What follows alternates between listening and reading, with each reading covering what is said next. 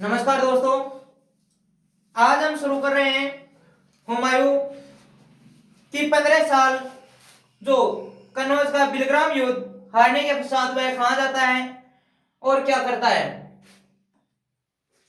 दोस्तों, वही साल है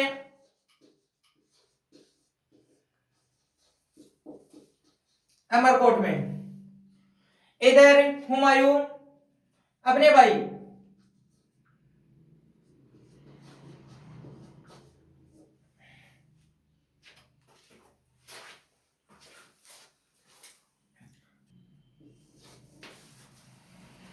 हुमायूं युद्ध आने के पश्चात अपने भाई अस्करी के अस्करी की सहायता से वेरिसाल के महलों में शरण लेता है। वेरिसाल के महलों में शरण लेता है, लेकिन कुछ दिन वह महलों में रहता है। महलों में रहते रहते इस वेरिसाल के महल के सामने एक मस्जिद थी और मस्जिद में जो पूजा अर्चना करता है उसका नाम था अली बाबा।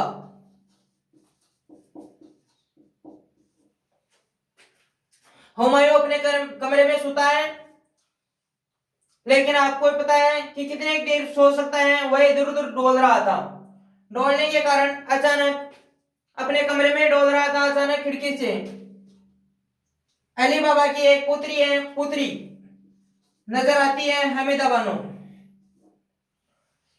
और हुमायूं की नजर प्रेम प्रसंग में डूब गई। उसी समय काफी परेशान होता है, देखता है, बेटा बेटा देखा रहता है। लगभग 24 घंटे में से 18 घंटा उसी खिड़की के पास में रहता है कि कैसे भी प्राप्त करूं, इस हमीदा बानो को प्राप्त करूं।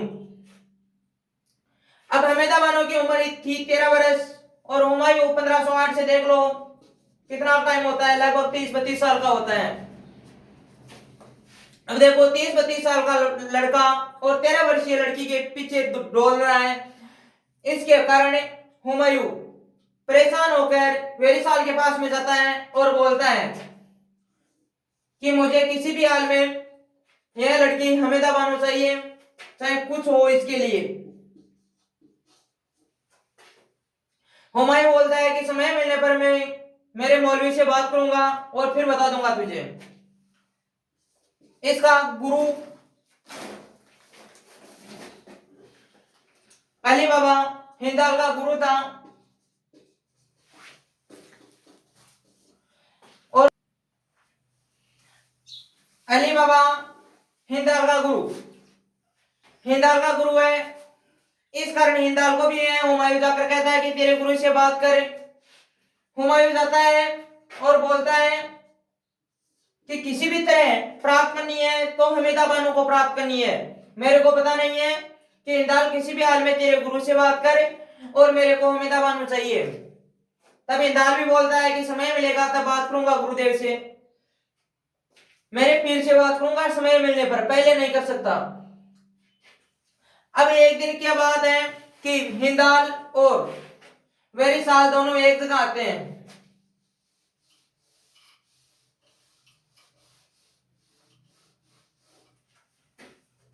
अर्थात वेरिसाल के महलों में हिंदाल पहुंच जाता है। जो हिंदाल पहुंचा, कुछ ही समय पश्चात हुमायूं भी वेरिसाल को बोलने के लिए आ जाता है कि मेरा काम का क्या हुआ। अचानक दोनों मिल जाते हैं। इधर हिंदाल बैठा है, इधर वेरिसाल बैठा है। आकर वेरिसाल को बोलता है कि मेरा काम का क्या हुआ। उसी वक्त उसका भाई हिंदाल बैठा था। तब बोलते हैं, दोनों विचार विमर्श करते हैं कि इसका काम तमाम करो वरना यह दोनों मिलकर मेरा काम तमाम कर देगा। वेरिसाल भी ऐसा सोचता है कि मेरा काम तमाम करेगा और हिंदाल भी सोचता है कि मेरा काम तमाम कर देगा, क्योंकि बार बार में टांग अड़ा रहा है केवल हमीदा बानो को प्राप्त करने के लिए।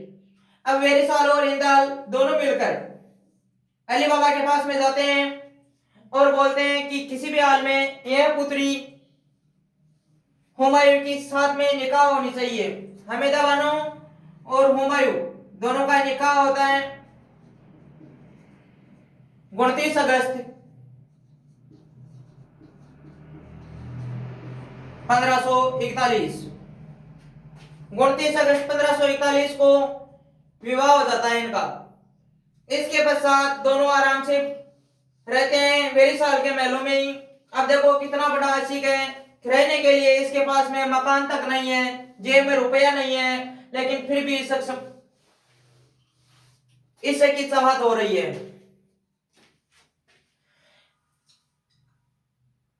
आगे आने के पश्चात हुमायूं अपने महलों में बैठा है, वेरीसाल के महलों में। और इधर एक शासक आता है, फारस का शासक वेरीसाल के महलों में आता है, ताहमास।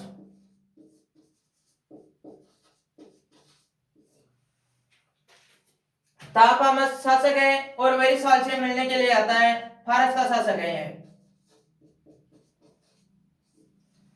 फारस का शासक ताहमास आता है। अब हुमायूं के एक पुत्र पैदा होता है मेदाबानों से, उसका नाम होता है अकबर। अकबर का जन्म 15 अक्टूबर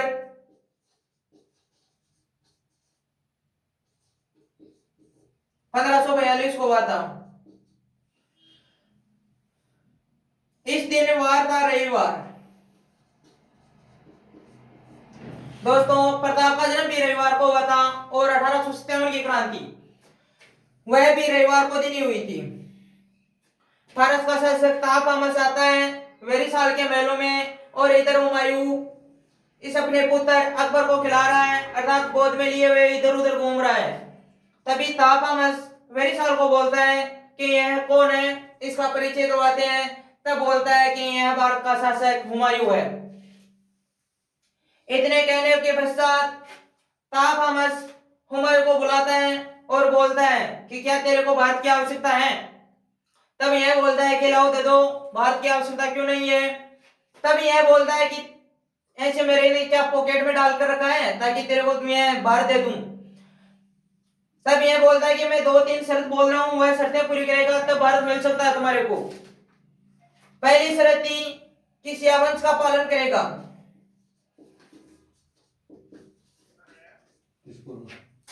पहला है सियावंश का पालन करेगा तथा दूसरा काबुल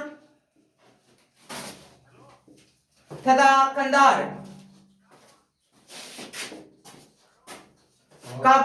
कंधार जीतकर मुझे देगा।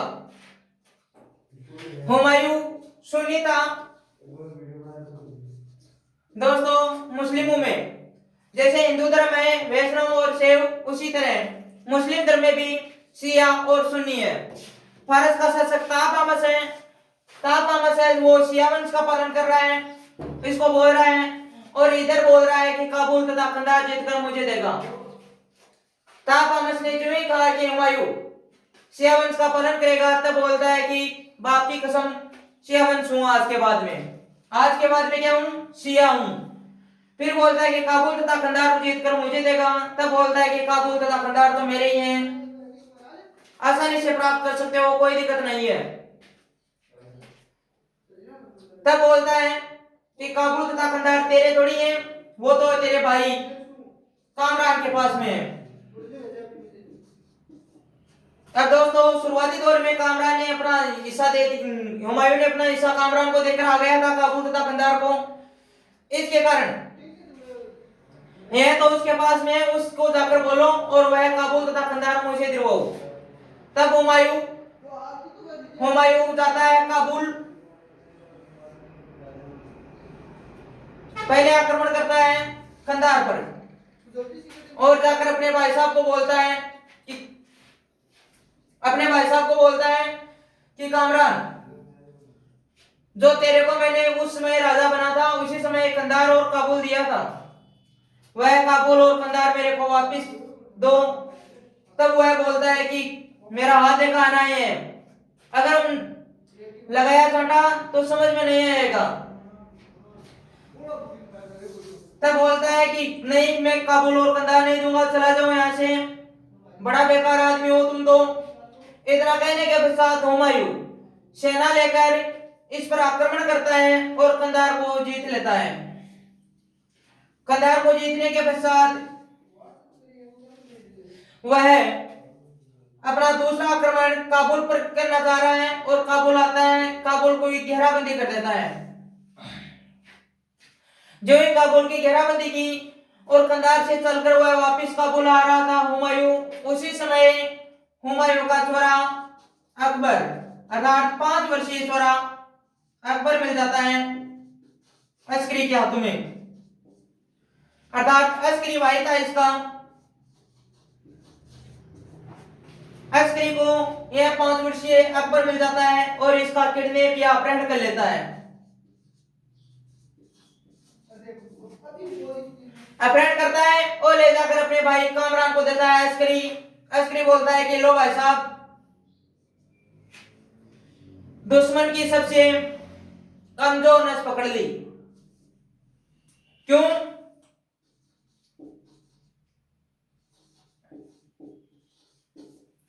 क्या बोल रहा है? अस्करी बोल रहा है कि दुश्मन की कमजोर नस पकड़ ली, अर्थात सबसे कमजोर नस है उसको ले लिया, अर्थात 5 वर्षीय अकबर को। इसके ये की तो छोरो है, इसके एक ही तो बच्चा है और कोई दिक्कत नहीं है, फिर यह प्रयास ही नहीं करेगा। अब कामरान काबुल पे ले जाकर अकबर को अर्थात दीवार पे लटका देता है।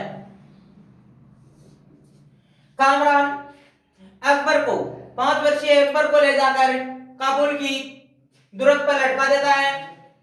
अब हुमायूं भी सोचता है कि क्या करें।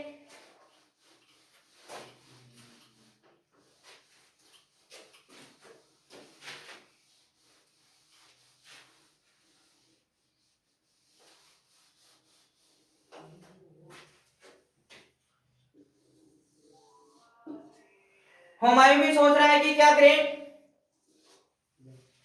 अपना एक ही तो लड़का है और चौमुर तोपे तना दी है, तोपे चल रही है और यह बच्चा मरेगा जरूर।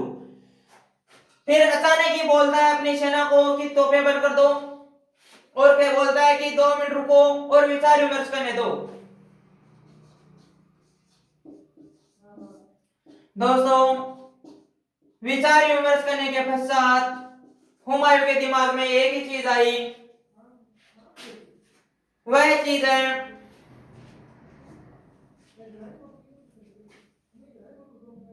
गोलियां चलने दो, अगर जीवता रहेगा तो ताबड़तोड़ जाम ले से कोई दिक्कत नहीं है, एक ही बच्चा है, मर जाएगा तो कोई दिक्कत नहीं है, लेकिन भारत हमें वापस नहीं मिलेगा। फिर आज मौका है, प्राप्त करना है, कैसे भी प्राप्त कर लो, वरना भारत वापस नहीं मिलेगा, वरना भारत वापस नहीं मिलेगा। तब यह गोलियां चलती हैं और अब यह देखो किस्मत हमारी, अकबर उसी गोलीबारी में बच जाता है, गोलीबारी में अकबर बच जाता है। अकबर गोलीबारी में बचता है। बचने के पश्चात यह ताहमास हुमायूं को बोलता है कि अब यह लो काबुल और यह लो कंधार, अब लाओ मुझे मेरा भारत। तब दोस्तों ताहमास बोलता है कि मेरे पास में ना ही तो भारत है और ना ही कुछ और है, अगर काबुल और कंधार तुम देवे तो दे, वरना तेरा अनका डरा। फिर बोलता है कि मेरे पास में एक सेनापति है, वह तेरे को दिलवा सकता है भारत, और कहता है यह एक सेनापति है, इसको ले जा और क्या पता भारत दिलवा दे तो तेरे को। तब बैराम खां और एक सेना की टुकड़ी देता है,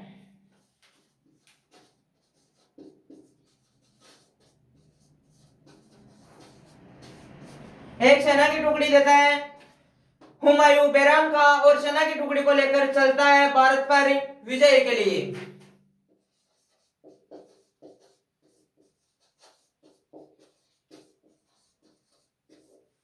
दोस्तों सेनापति है बैराम खां।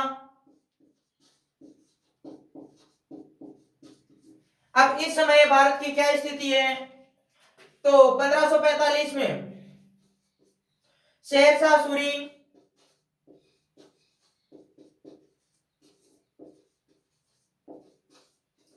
कालीचरण दुर्ग पर उका नामक मिसाइल चलाते हुए मारा गया था। इसके पश्चात 45 से 50 तक आता है इस्माइल खां या मुस्कुराहट खां।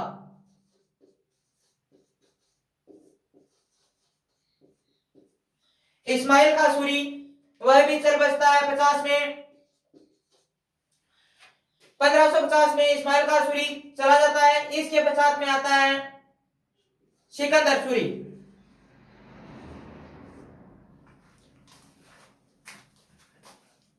सिकंदर सूरी आता है और वह 50 से चलता है आगे तक।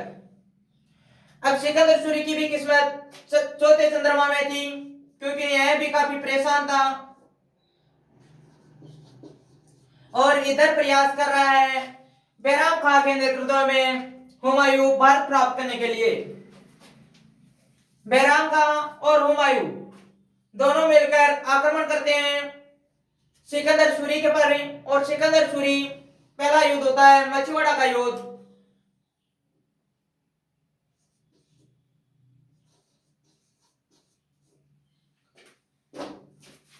मछुआड़ा का युद्ध होता है बैराम खां और बैराम खां और सिकंदर सूरी के साथ में मछुआड़ा का युद्ध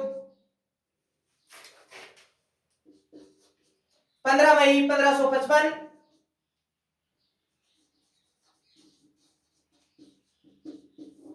मछुआड़ा का युद्ध होता है। इसके पश्चात हुमायूं और बैराम खां दोबारा आक्रमण करते हैं सिकंदर सूरी पर। वह आता है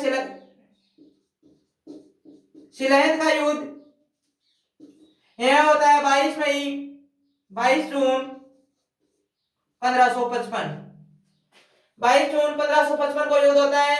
इस युद्ध में विजय हासिल करता है और हुमायूं 23 जुलाई 1555 को भारत का शासक दोबारा बनता है। इसके पश्चात हुमायूं 23 जुलाई 1555 को शासक बन जाता है। शासक बनने के बाद में यह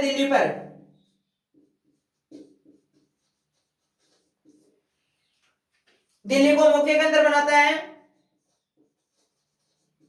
यहां रह रहा है, लेकिन दिल्ली के में एक पुस्तकालय था, शेर मंडल दीनपना नगर, उसी से सीढ़ियों से गिरकर 24 जनवरी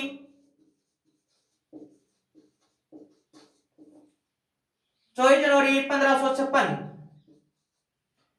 को मृत्यु को प्राप्त होता है। मृत्यु को प्राप्त होने से पहले अपनी पत्नी हाजी बेगम खां से रिक्वेस्ट की थी कि किसी भी हाल में मेरे को ऐसे तो दुनिया जानेगी नहीं, लेकिन मैं मरने के पश्चात तुम मेरा एक मकबरा ऐसा बनाना जिसको दुनिया को भी पता चले कि हुमायूं भी आया था। और वो हाजी बेगम खां ने एक मकबरे का निर्माण करवाया जो दिल्ली में बना हुआ है। हुमायूं का मकबरा दिल्ली में बना हुआ है। दोस्तों, इसके पश्चात आता है अगला शासक, उसका अकबर।